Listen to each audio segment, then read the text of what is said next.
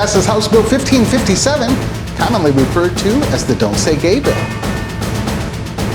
A male dog is dropped off at the pound by its owners for humping another male dog. The case of Humpty Doggy is up next. Sandy Johnson is here from the Minnesota Department of Health. That everything and everyone is not fighting against you, even though sometimes in your mind it can feel that way and it can look that way. It's like, no, you are not an island. And finally, queer and trans folks weigh in on Lia Thomas, the self-identified transgender female competing in women's college swimming. When it comes to men in sports, we have weight class, and so that there's a difference in who can do what with what. There's certain rules to things. Thanks so much for joining us. You're watching LGBT Healthcare and Me, a presentation sponsored by Minnesota Department of Health. I'm Todd Michael Barnes. Our topic today, we've heard from the swimmers, parents, coaches, and associations and Olympians, but what do members of the queer and trans community think about Lia Thomas competing in the women's college swimming community? Well, today we hear from members of the LGBTQ plus community on a topic and a person and a string of continued victories that doesn't appear to be going away anytime soon. Sandy Johnson stops by from the Minnesota Department of Health to discuss the importance of involving community members up front when planning for responses to public health initiatives and emergencies. And our Pink Power panel joins us to weigh in on the Lia Thomas story. This episode is dedicated to any queer or trans person who may be feeling alone, or any person at all who may just need a friend, because here, our sacred word is all. So let's get started. This is a special swimsuit edition of LGBT Healthcare and Me. But first, LGBTQ health-related headlines.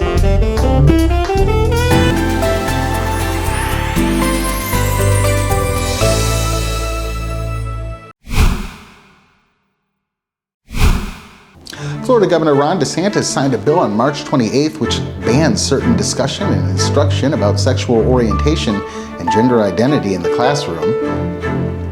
DeSantis approved the bill that's been called the Don't Say Gay Law. House Bill 1557, also titled the Parental Rights in Education Bill, will take effect in July. As Disney was embroiled in Florida's Don't Say Gay Bill controversy, Disney's Jessica Darrow said the deadline on the Oscars red carpet, "Here I am, being queer and gorgeous, and I'm on the red carpet, and I'm very happy to represent fellow gorgeous queer people that consume Disney." When it comes to LGBTQIA plus community, Darrow said, "We are the face of Disney at the end of the day. And I want to let you know that it's totally okay to be you." Republican governors in Utah and Indiana recently vetoed legislation which would have banned transgender athletes from competing in girls' sports. In Utah, the legislature voted to override the governor's veto, joining 11 other states since 2020, which have enacted laws banning transgender girls from participating in girls' sports. The legislature in Indiana is expected to override the governor's veto in that state as well. Well, according to Reuters, the CDC estimated that in 2019, just 1.8% of high school students in the country are transgender, and the Human Rights Campaign has said that according to surveys, about 12% of those play on girls' sports teams. Arizona and Oklahoma legislatures recently passed bills that would ban transgender youth from participating in girls' sports. Arizona lawmakers passed the Save Women's Sports Act, an additional legislation that would prohibit physicians from providing gender-affirming surgery to minors. The bill was headed to the Arizona governor's desk for signature. Ariana DeBose made history as the first openly queer woman of color to win an Oscar for her performance in West Side Story. DeBose beat out other Hollywood heavyweights such as Judi Dench and Kristen Dunst. Pink News reports Kristen Stewart, nominated in the Best Actress category for her role as Princess Diana in Spencer, shared a kiss with her fiancé, Dylan Meyer, at the Oscars. In just a moment, the case of the homeless humping dog. But first, some Minnesota news. Governor Walz proclaimed Thursday, March 31st, as Transgender Day of Visibility in Minnesota. Did you know that the Minnesota Department of Health Vaccine Connector, located at the website listed below, allows you to find your vaccine, as well as vaccine for kids, vaccine boosters, vaccine rewards, and even an employer toolkit to help get your workforce safely vaccinated? Well, for vaccine data, free vaccine locations, and a whole lot more, visit the Vaccine Connector at the website listed below. Minnesota Governor Walz has also made free at-home COVID-19 tests available. For your free at-home test, visit the website listed below. Home in Minnesota is eligible to order 2 rapid at-home COVID-19 test kits, 4 tests total, for free while supplies last. Well, imagine getting kicked out of your home for a humping. NBC News reported a story picked up from WCCB in Charlotte, North Carolina, about 5-year-old dog Fezco, who was dropped off at Stanley County Animal Protective Services by his owners last month after Fezco humped another male dog. The owners thought they had a gay dog, so they dropped the dog off at the pound. After Fezco's story made national headlines, Steve Nichols and his partner of 33 years, now his husband John Wynn, who live outside of Charlotte, heard about the dog, called the TV news reporter, who in turn put the couple in touch with the shelter where Fezco was staying, and now Fezco has a brand new home and a new name, Oscar, named after the great Irish poet and playwright Oscar Wilde. The new owner said, "We're pretty sure he's not gay because he hates having his pictures taken. What gay person doesn't want their picture taken?" Dr. William Presley, a veterinarian, told WCCB-TV, "All dogs do it, and it has nothing to do with the dog's sexuality." So just what is all the fuss about? Lia Thomas is the Ivy Leaguer who has become the eye of the storm and stirred a raging debate about just who is eligible to compete in women's college swimming. Thanks to the help of our friends at Swimming World magazine, we know from 2017 to 2019, Thomas was at Penn U competing as a male. In 2019 and 2020, she undergoes hormone therapy. She swims in some Penn's men's competitions, but skips the Ivy League championships. In 2020, COVID hits. The Ivy League cancels its athletic events for the year. Thomas continues hormone therapy treatments. This allows Thomas to climb out of the men's pool and jump into the women's NCAA-sanctioned swim events. In early December 2021, Thomas begins to swim as a woman and immediately conquers her female competitors in the 200 and 500 free at the Zippy Invitational.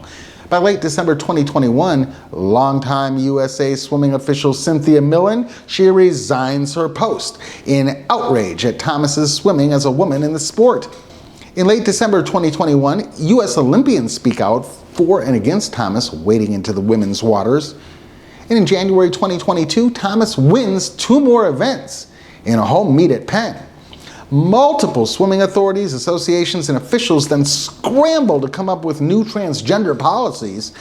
Thomas racks up even more wins, scoring 2 more victories at Harvard. On February 17, just last month, Thomas goes on to win the 500 freestyle and the 200 freestyle and the 100 freestyle at the Ivy League Championships. And then on March 17, Thomas wins the NCAA in the 500 freestyle. And at the end of March, Thomas is still winning competitions, although not always in first place. In just a moment, we're going to look at the science of male and female swimmers. Is there really a difference in performance? And then our Pink Power panel dives into the fray like you've never seen before. But first, fear of the unknown can rear its head, especially in unexpected public health emergencies. So this makes it even more important to involve community members up front when planning, says Sandy Johnson. I should be able, as a person that you've come to save, should be able to participate in my own rescue. So I think it's very important before people take on the savior super person complex. What are you doing? How are you going to do your project, your work, your program, if there has not been a bridge that has been built or constructed with the assistance of the people you're coming in to swoop down and save the day for? So, yeah, that's always been interesting to me. So even though it is very vital, in my opinion, to collect information, to hear from the target population, or to hear from the people that you're going to be working with. What do they need? Why do they need it? Why is it a priority for them and not you? Because in my opinion, when you start to interject yourself into someone else's life or community, you're being disrespectful. You do your legwork, your groundwork, by making and establishing relationships with people or organizations that you see are already in the forefront, that are already established. You approach them and ask, is there a way that we can work together, collaborate? Can we assist? Here are some resources that we have, and we would like to share them with your assistance. How the pandemic has taken over everyone and has changed the MOD for everyone. Everyone has to operate differently. The things you took for granted are no longer that. So this is not that any longer. And so you have to approach life, work, recruiting, retention, collaboration, all differently.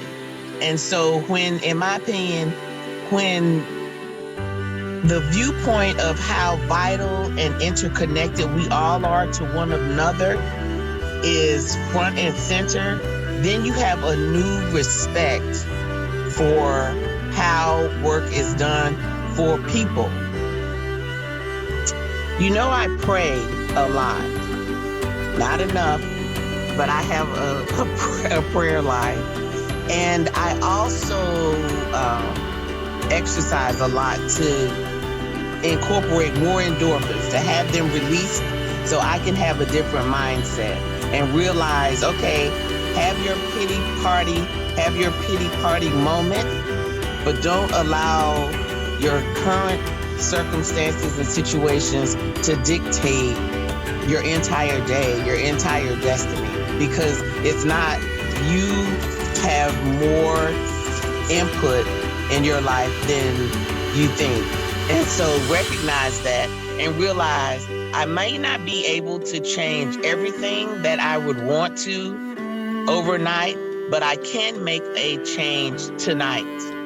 I can start internally in my mind, in my heart. It's like you have belief, you have faith, act upon that. I deal with my fear that even though things look like they're overwhelming and out of control, still have hope that there is light, that there is something, that there are wheels turning that are working on your behalf. That everything and everyone is not fighting against you, even though sometimes in your mind it can feel that way and it can look that way. It's like, no, you are not an island. You are not alone. You are not. You are not. That there are people, places, situations that are working for you and on your behalf. Even though it may not feel that way, you have to believe it. So just what is the science? Do cisgender males have the upper hand when competing against cisgender females in swimming competitions? Let's momentarily dive in. So we're swimming in a pool of facts instead of paddling in a pool of fiction.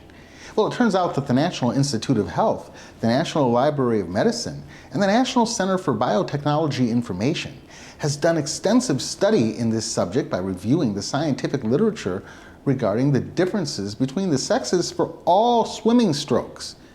And just what were the results? It turns out in open water long distance swimming events, women were faster than men. In master swimmers competing in championships in pool swimming in everything from freestyle to the backstroke, women master swimmers appeared to be able to achieve similar performances as men, but only after the age of 75. In boys and girls, age 5 to 18, enlisted in the all-time top 100 U.S. freestyle swimming performances, the 5 fastest girls were faster than the 5 fastest boys, but only until the age of 10. After age 10 until 17, however, boys were increasingly faster than girls. Women were able at times to overperform men in long-distance open water swimming, especially under extreme water conditions, such as water colder than 20 Celsius. Although women could outperform men in certain swimming disciplines in general, elite men were faster than elite women. Current evidence also indicates women will not swim as fast as men in Olympic events, which the National Institute of Health, the National Library of Medicine, and the National Center for Biotechnology Information says justifies sex segregation in these individual sports disciplines. Translation, men have an advantage over women because of a larger body size and muscle mass, a superior ventilation function, and aerobic energy transfer systems.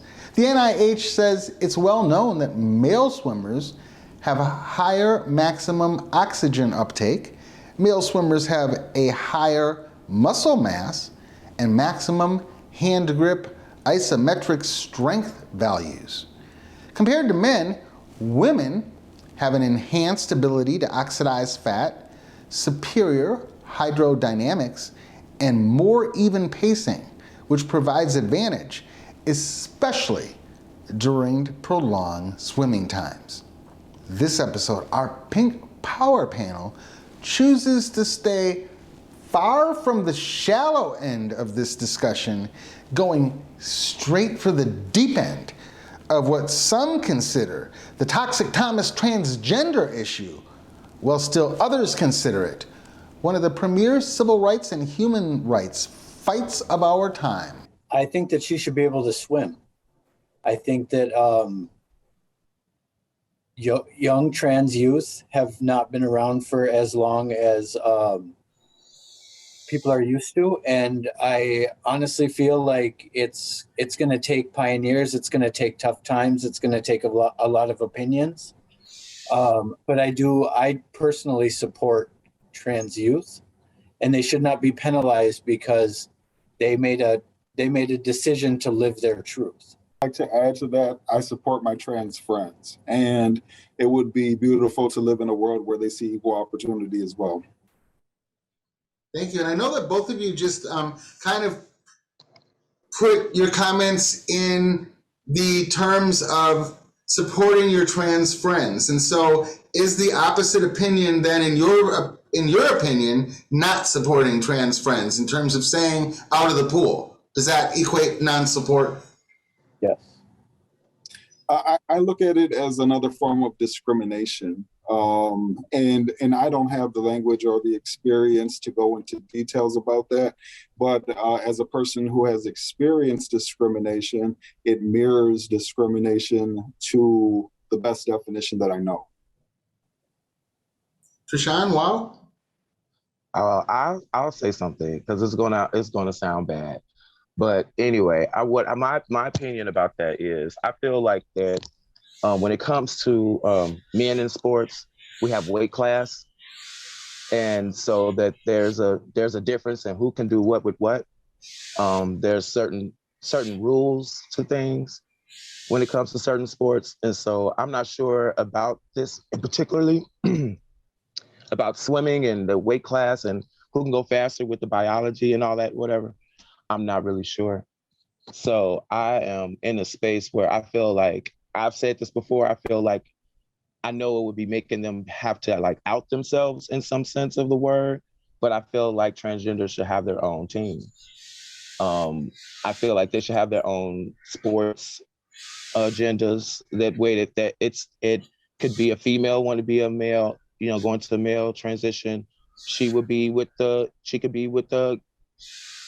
those folks, and those folks would be with those folks. Because I think that for me, it kind of outweighs the playing field with certain things. Like the boxer, the one lady that beat that woman to a pulp that was trans. Like to me, it's like watching something that I find to be genetically unfair, because it's a different chemical imbalance there than what the regular female would have, and she's probably trying to take testosterone to be stronger, but it's illegal for her to take testosterone, the steroids, because that's part of the program. You know what I'm saying? But this other person is allowed to take all kinds of drugs and be a part of this. So it's like to me it's a double-edged sword. But I do think it'd be fair if people had if they have an agenda to be a part of something. I feel like just like Special Olympics, create your own. So, is there supposed to be enough trans persons in each school to form a football team or a swimming team or a volleyball team?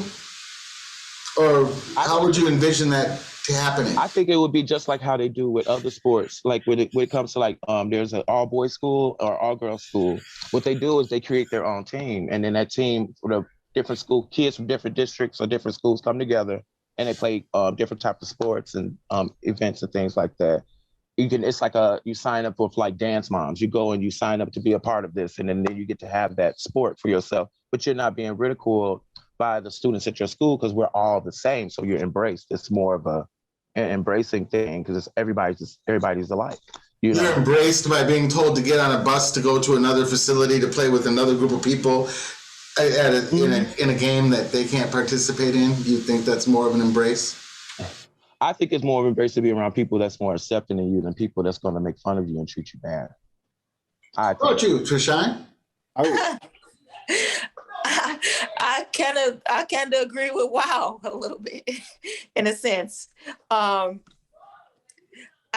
torn a little bit because I do agree with the men being men, women being women, and there is I can't be a man, like that body structure, that strength, that I don't care how much I try to do,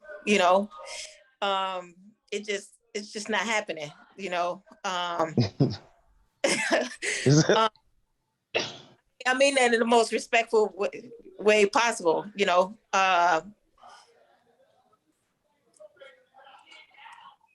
So I support transgenders. I have a friend that I have actually a couple of friends that are transgender, two of them that is very, very close to me, and I've watched them transition. And, it's when I think about the sport and I think about the transition,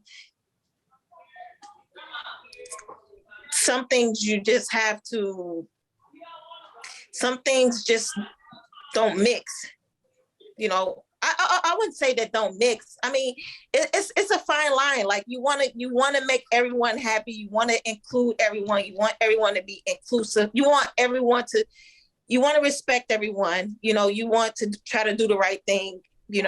But it's a fine line. So that's where I agree with Wow on a lot of things that he said, and then I agree with Monsace now on a lot of things that they said. One of my biggest support reasons why I even feel that way is because like Trishan just said, I have tons of transgender friends. A lot of them are famous performers right now. One of the greatest opinions I give you from one of them that I'm close to is Flame Monroe, and that is basically what I just said. It's just more. I think that when you build your own community, just like young Black men, when they feel left out and they find a gang, people that's like them, they go and be with these people, or sometimes they're influenced to be about those people because they feel surrounded by people they care about them. But at the school, that the people they relate to them, they know this, so they pick people to be around that makes them feel comfortable. And this is the reason why I said, I think it'll be good to have their own, in essence, like I said, like being in a group like of dance moms. If they wanted a child to be a part of sport or karate, they don't teach karate at school. You have to go to a place to go and enjoy karate. So it's like there's outlets, you know, but it's the thing I think is I don't want to create my own. I just want to be accepted as this, and we're going to push to be a part of this, which is like, this is going to cause you discrimination. This is going to cause you to get hate speech. This is going to cause you to, you're punishing yourself when you don't have to, you know, why do it? I would say that I disagree with that because if you think about all of our ancestors, whoever didn't speak up and say something different, then we would still be years behind in any progress that we have so far. And in a way that saying, you know, you should have your own, it feels to me like segregation, you know, and separating people further and further. And I have never, and everybody up on the panel is saying, you know, we have trans friends, which is true. But what is true also is that none of us have ever experienced that we were assigned the wrong gender at birth. And so when we take that approach, I can't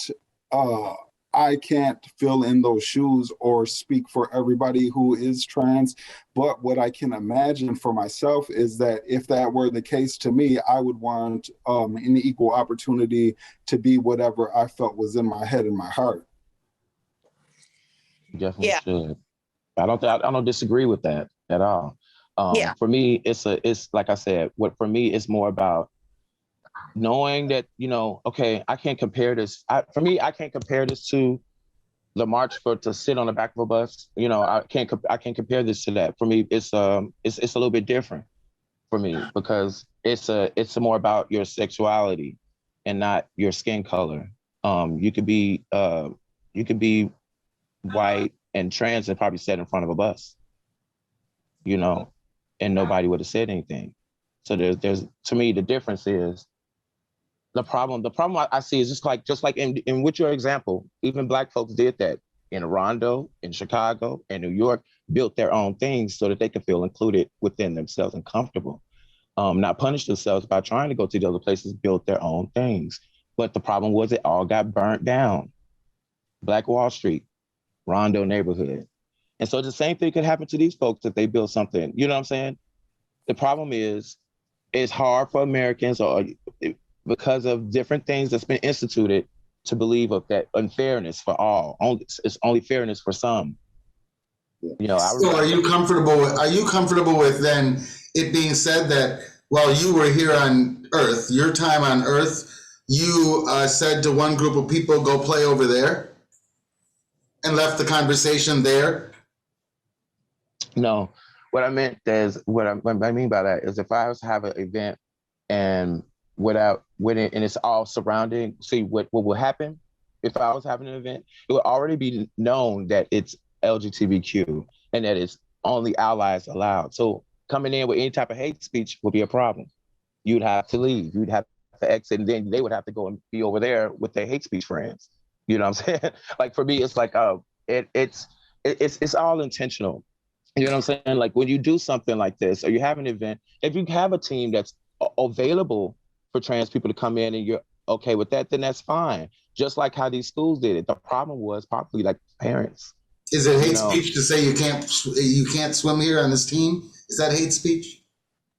Yes, I would say yes. I don't think that they should be not allowed. I'm saying that I think that if they want to be comfortable, they should start their own thing. And I know that people at home would want me to ask this question one more time, just so we can make sure we did hear you say, is that hate speech to tell a trans person that they cannot swim on the girls' swim team? I believe so, yes.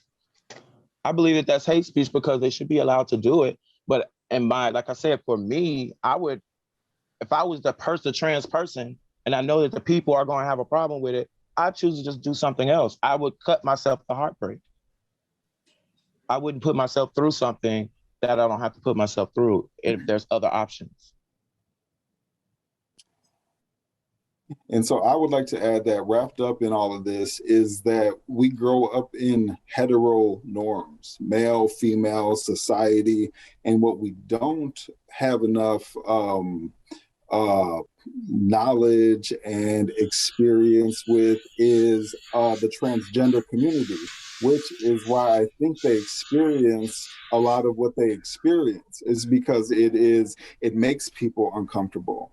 And I take the stance that I'm okay. Let's make people more uncomfortable because there is more than just he and her pronouns. There's more than just I was born with these parts and I'm going to stick with these parts. And so and if that makes anybody uncomfortable, that is something that they have to deal with internally. And you got to realize also this is all very new for a lot of people that are and that are taking and having to deal with it on the receiving end. You know what I'm saying? Before, this is all like no, it was just a plain no.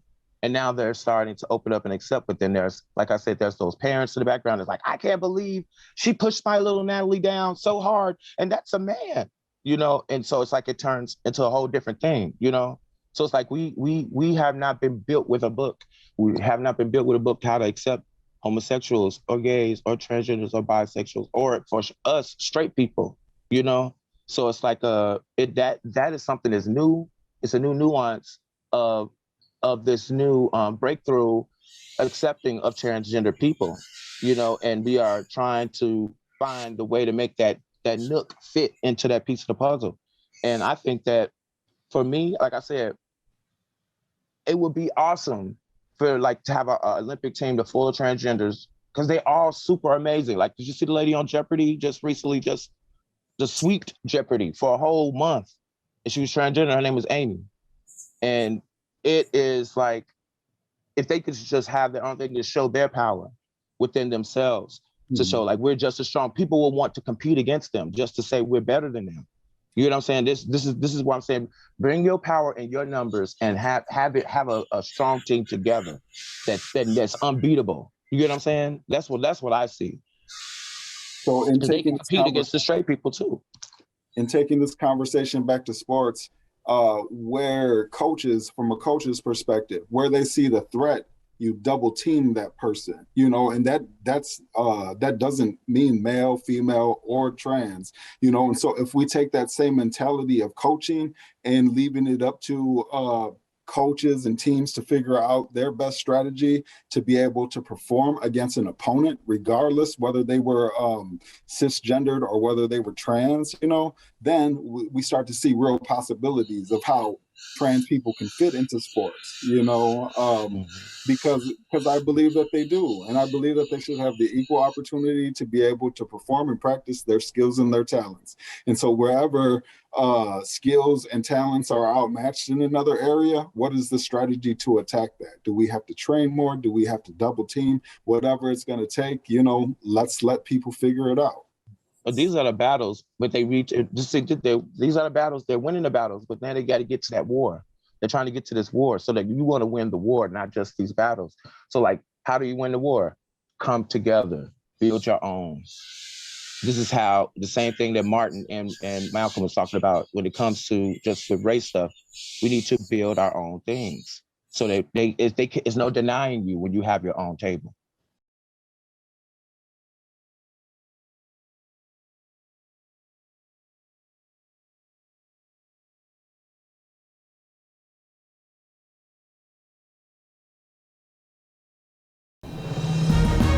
Thank you to Sandy Johnson and our Pink Power panel.